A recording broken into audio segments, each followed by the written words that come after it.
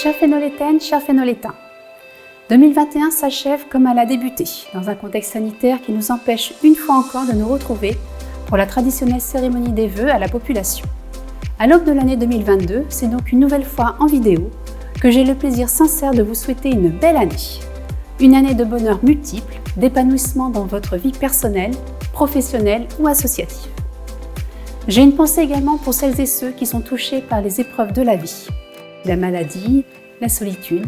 Je leur adresse une pensée particulière et je forme le vœu que 2022 leur apporte guérison, courage, espérance et réconfort. Un discours de vœux est par tradition l'occasion de dresser le bilan de l'année écoulée et de dessiner les contours des projets municipaux pour celle à venir, dont je vous livre une courte sélection. 2021 marquera notre volonté d'engager concrètement la dynamisation de notre ville avec pour objectif la satisfaction de vos besoins en lien avec la tenue de nos engagements. Ainsi, le Pôle Enfance Jeunesse a ouvert ses portes à la rentrée scolaire de septembre. Ce nouvel équipement qualitatif a permis une progression des effectifs accueillis, quelle que soit la tranche d'âge. S'agissant de nos 2 écoles publiques et privées, le maintien des classes est un véritable enjeu. Pour cela, l'ensemble de nos actions structurantes tend à terme à accueillir de jeunes foyers. Je vous invite à inscrire vos enfants dès à présent, afin de maintenir ouvertes les classes dans nos 2 écoles. Les aménagements extérieurs du Pôle Enfance Jeunesse, le skatepark et le city-stade, rencontrent eux aussi un vif succès, comme en témoigne la fréquentation. Afin de mettre en valeur le parc autour du Pôle Enfance Jeunesse, des arbres fruitiers ont été plantés par les services espaces verts de la commune. Et pour cette première année, nous y avons également planté un arbre pour célébrer les naissances de l'année 2020. Cette action, fort appréciée des parents, sera renouvelée chaque année. Les travaux de la résidence autonomie Les Roseaux, qui fêtera en 2022 ses 20 ans, sont en voie d'achèvement. Nos seniors verront ainsi leur confort et leur cadre de vie améliorés. Le Centre communal d'action sociale, le CCAS, qui gère notre résidence autonomie, a mis en place un transport solidaire dédié aux personnes qui n'ont pas de moyens de locomotion. De plus en plus utilisé, ce nouveau service fonctionne grâce à des bénévoles. Si vous connaissez des personnes fragiles et isolées sur la commune, n'hésitez pas à les inscrire à l'aide du coupon que vous trouverez dans le magazine municipal du mois de décembre. Ce qui permettra à notre équipe de bénévoles, que je remercie chaleureusement, de rester à leur écoute. En matière de santé, nous sommes très heureux et fiers d'avoir pu accueillir en novembre dernier 2 jeunes femmes médecins au pôle santé. Dans un contexte de désertification médicale générale, l'accès aux soins des Fénolétaines et des Fénolétains se trouve ainsi amélioré. Ces installations ont été aidées avec l'implication de l'ensemble des praticiens qui ont accepté de se réorganiser au sein de notre pôle santé. Je les remercie encore vivement. L'année 2021 s'est achevée sur une note festive grâce aux divers événements du marché de Noël qui s'est déroulé sur 2 journées. Il a connu un vif succès. Ce succès est le vôtre. Vous qui vous êtes déplacés en nombre, soyez-en remerciés. Je vous le disais, l'année 2021 a été dense en réalisation et en action. Outre nombre de petits travaux de réfection ou d'aménagement des voiries, d'amélioration énergétique de nos bâtiments communaux qui se poursuivront en 2022, comme le déploiement de la fibre optique, de nombreuses études et de partenariats ont été engagés. Ils se concrétiseront pour l'essentiel dans le courant de cette nouvelle année. Ça sera le cas pour l'agrandissement de la mairie qui permettra d'accueillir de nouveaux services à la population. L'agence postale sera intégrée à l'accueil de la mairie et ses horaires d'ouverture seront élargis. L'étude de faisabilité pour les cellules commerciales du centre-bourg est en cours de finalisation. Elle conditionne l'achèvement de l'extension du parking de la Ménarderie.